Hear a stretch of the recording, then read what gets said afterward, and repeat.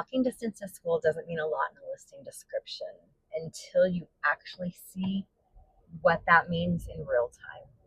Today I'm showing you a home in the community that I live, and it's called Turnleaf in Jurupa Valley. I've been here more than 8 years, and it's been an incredible investment for my family in the way that it's literally walking distance to the elementary school that my kids go to, making our life so much easier every single day. And it's just great because it also means my kids have friends in this neighborhood. And as a parent, that is so incredibly valuable. So the property that I'm showing is in some of the back streets here, but again, very walkable to the school that's right here to my right. This is Sol Academy. It opened brand new in 2018, and it originally started as a K through 8 STEM school, and now it has most recently been modified to a TK through 6 elementary school. And here in Jurupa Unified School District, all of our schools are on a traditional calendar. Now, the reason that matters is because next door in the Corona Norco School District, which serves Eastvale, Corona, and Norco, many of their elementary schools are actually year-round, and they have multiple tracks. So that matters for a family who's looking to stay the traditional school year, or if they're open to year-round. So here, Sol Academy is a traditional calendar school. The home right here is off of Pansy, which is nice because if I had made a left right here, it would take me immediately out to Wineville, which is a main thoroughfare in this area and could easily get you to the Costco, Olive Garden, Cantu Galliano freeway entrance, all of the things. So right now, we're going to make a little U-turn so you can see that this right here is the home that I am going to show. This is listed by Ken Chow with Keller Williams Executive Office. And we're going to go inside and check it out. What's really nice about this community, it was built by William Lyon around 2018. And all of these back streets, they're cul-de-sacs, with the exception of the second to last one called Autumn Sage. Now that one actually goes through to the Rancho del Sol community. It's just right next door. And it allows you to exit through the north side of this area onto Cantu Galliano. So all of the homes too, they're like nicely spaced out. Look at this driveway. Usually it's just the little line there and there with concrete, and you're parked so tight together that you can barely get out of your car. They've extended that so that you actually have a wide enough driveway to park and, if you needed to, fit 3 cars. Now, this garage looks like a 2-car garage. Don't let it fool you. It's actually a 3-car tandem, which was, I would say, 99% of the homes here in this Turnleaf community have a 3-car garage, either side by side or tandem. And honestly, it's so nice. We park both our cars in the driveway and use the tandem section as storage, which I think a lot of people do these days. So only a couple cars on the street, and there's still tons of parking, which is really nice because when I'm talking with my clients about communities and neighborhoods, they always say, like, we don't want to feel like we're right on top of our neighbors, and we want to make sure that there's plenty of parking. Here's why. Many people are living at home with their adult children longer, so there's multiple cars, or they've got multiple family members who live with them too, so they need space for 4 or 6 cars sometimes. So right here at the end of the cul-de-sac, actually, turn you around so you can see it, there's a walking trail back there that connects all of the streets so that it makes it so simple to walk to the school that I was talking about earlier. You walk down 2 streets, boom, you are there in 5 minutes after you leave the front door right here. So now we're going to go check it out. I remember this floor plan very well from walking through the models, because when my husband and I were looking for our next family home, we came and we toured the 5 models that they had, a single story and 4 2-stories. And I tell you, all of these homes are very generously sized. The single story was about 2,400 square feet, I believe, and all of the others go up to 3,600 square feet. This one here, very spacious. This is a 3,300 square foot house and change. And it's quite nice that when you walk inside, the sight lines are so open. This is important because if you're having friends and family over and you're in the kitchen getting things ready, you're still part of the mix. You're socializing with people who are sitting over here, relaxing, or if you've got children who are on the younger side and you want to be able to see them. This whole main floor is basically an open opportunity for all of that. Now, what's nice is you come inside and you have space for a table, so you can set down keys, mail, whatever you need. And then one of my favorite closets is the kind of closet that goes all the way under the stairs. And if you're a Harry Potter fan like I am, you might want to put a pup or two in there and make that their own secret room. I've done that before with my dogs. It was the cutest thing. So right here, we've got a huge kitchen with an island that is easily 12 feet long. You could fit 5 to 6 counter stools here so that you really get a lot of seating out of this. But beyond that, imagine the party spread that you can have with the charcuterie and wine over here and setting up the hamburgers and hot dogs over here. And it just creates a really nice flow. One of the countertops that the builder William Lyon offered was this really pretty taupe quartz, I'd call it. Granite was super popular back in 2005 to 2015, I'd say. And since then, quartz has been the way to go for a lot of builders. And so you've got these pretty white cabinets that are just nice and crisp. And honestly, you're not going to run out of storage here.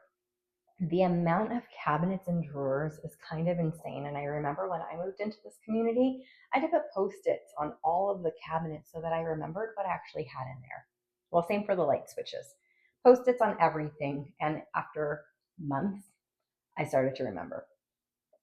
So you've got a stove top here, 5-burner with your exhaust fan. And then off to the side, the top one is a microwave and the bottom is an oven. So one of the ideas I've had in the past is turning this section in my own home into a double oven and then moving the microwave there above the stove or the range. I think that would be really nice, especially if you enjoy cooking for the holidays. I mean, I don't, but I do like cooking bunches of cookies, and it would be amazing to be able to get many done at the same time. So right here, formal dining spaces and formal living rooms have been gone from new builds for quite some time, unless you're in a luxury space. So when it's more of a family home entry community, you're going to find these wide open spaces. So this is your everyday eating area. You can make it formal, you can make it casual, and if you need the extra space, you could do a sideboard here or a China buffet. There's a lot of room right there. The neat thing next door is this walk-in pantry. This is double the size of the one that I have. Look at all of this storage space, and you could put endless boxes of canned goods, cereal, packaged items, bottles of water, Diet Coke, my personal fave, and just, I honestly don't know how any family could fill up this entire space, because that would be a lot going on. But kudos to you if you do. Please tell me how you do it. Over here, again, you've got a good 30 feet from one side of the house to the other, which makes it nice because you're having parties and gatherings. Because honestly, when you buy a house like this, you want everybody to come and visit you. And so this is going to be the party house where you have 20 plus people over, and they can be inside or you can take them outside, and I'll show you that in just a minute. But I do want to highlight the amount of space you have here in this living room. They've got it staged with this very cute curved sofa. Here's how I see this space working more realistically for families is get a nice L-shaped sofa. Honestly, you could go big here. Go big or go home. Go big in your home.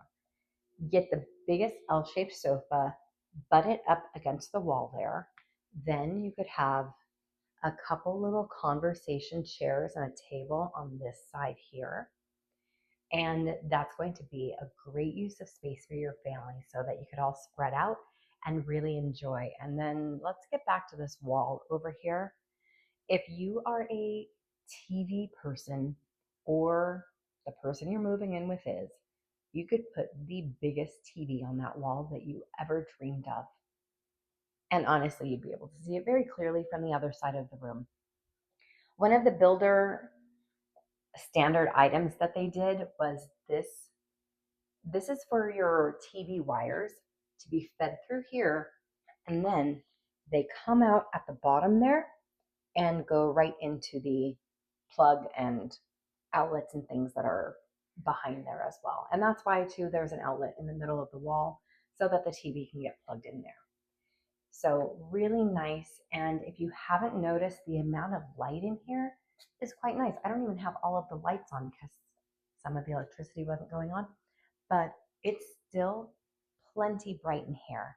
And with the curtains blocking out some of the sun, we're still doing great.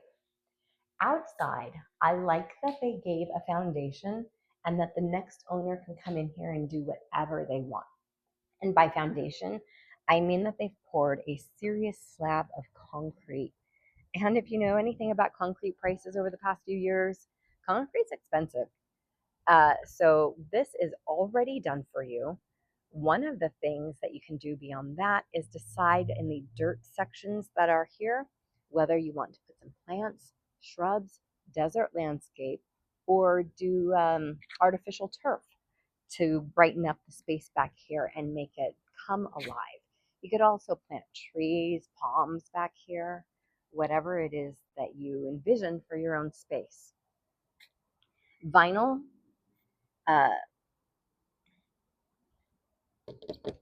vinyl walls separate the property lines all around, and then you have the vinyl gate over there. This is where you would put your utility things like your trash cans, maybe store some bikes out here or other things that don't make it into the garage. And then this is a huge yard, over 9,000 square foot lot. And another nice thing to do, you could put a patio cover back here. Is it a necessity? I'd say no, because this back of the house faces north. The front of the house faces south. So majority of your sun exposure is going to be on the front side of the house, which means at a certain point in the day, you get this shade back here, which is going to cool down the back of the house. The patio cover would just be nice because you could have some misters attached to it, or perhaps put some lights in there with a fan, and it creates ambiance. So it looks nice, that's for sure, but it's not a necessity back here at all. Over on the side, we've got the air conditioning units. There's one for the main floor and one for the upstairs. They are controlled separately by two different thermostats. So nice to see there's at least 20 feet between each house here, so you know you're not on top of your neighbor. Looking around, I'd say the people back there have a pool. I hear some other pool equipment going off too. So you don't need a pool back here. Just make best friends with the people who live near you, and you can go and swim in their pool. Coming back into the house, there's a bedroom in the front that I want to show you. The nice thing that William Lyon did is every two-story home here has a bedroom and a bathroom on the main floor. That's important because often I'm talking with my clients and they're saying, Marie, we need a bedroom on the main floor because grandma might come and live with us. And we don't need grandma going up the stairs. We're going to keep her on the same floor, on the main floor. So we've got some pretty big furniture in here. That's a queen size bed, I believe. You've got a night table, a stand-up dresser, and then over here another dresser. And there's still plenty of space for you to walk around and do some jumping jacks if you needed to.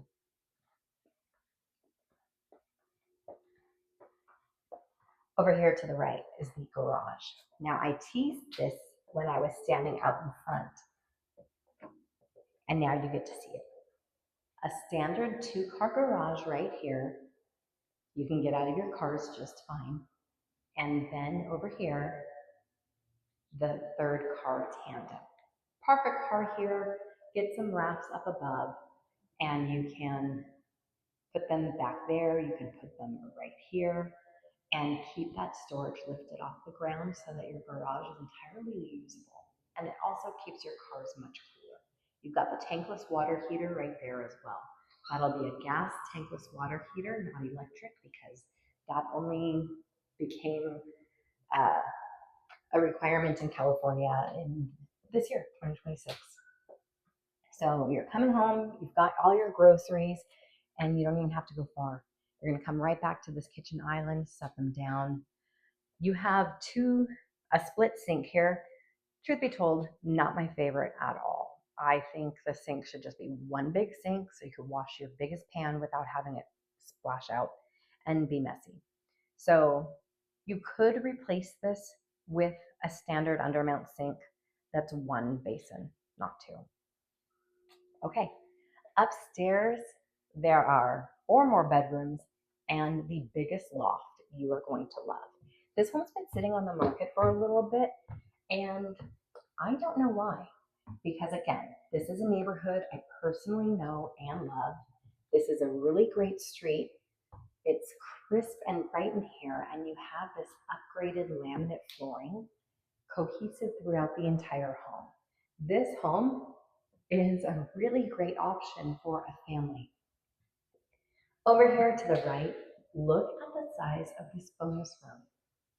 I mean, honestly, you could turn it into a 6th and a 7th bedroom because there's that much space here. But don't. Make this the area where the mess happens. If you've got children, this is where they are playing, where they are leaving their toys out, and you don't have to see it.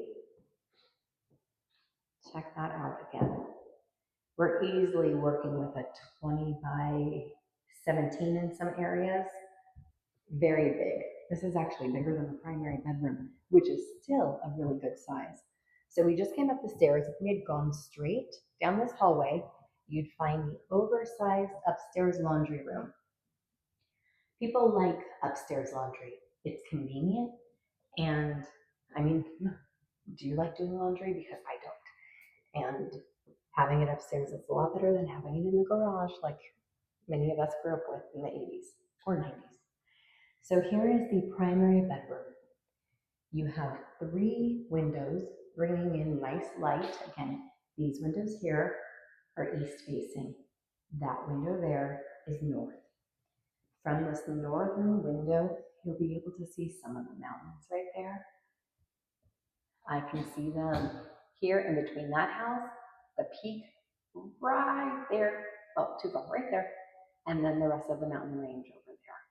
So if you're like me and you love seeing the snow on those mountains, you can every now and then. So you can really see the size of the backyard from up above.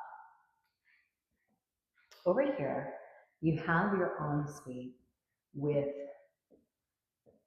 a private toilet room, a detached bath, and shower. And I mean, like, it's not a combo shower bath. Here's why this is important too.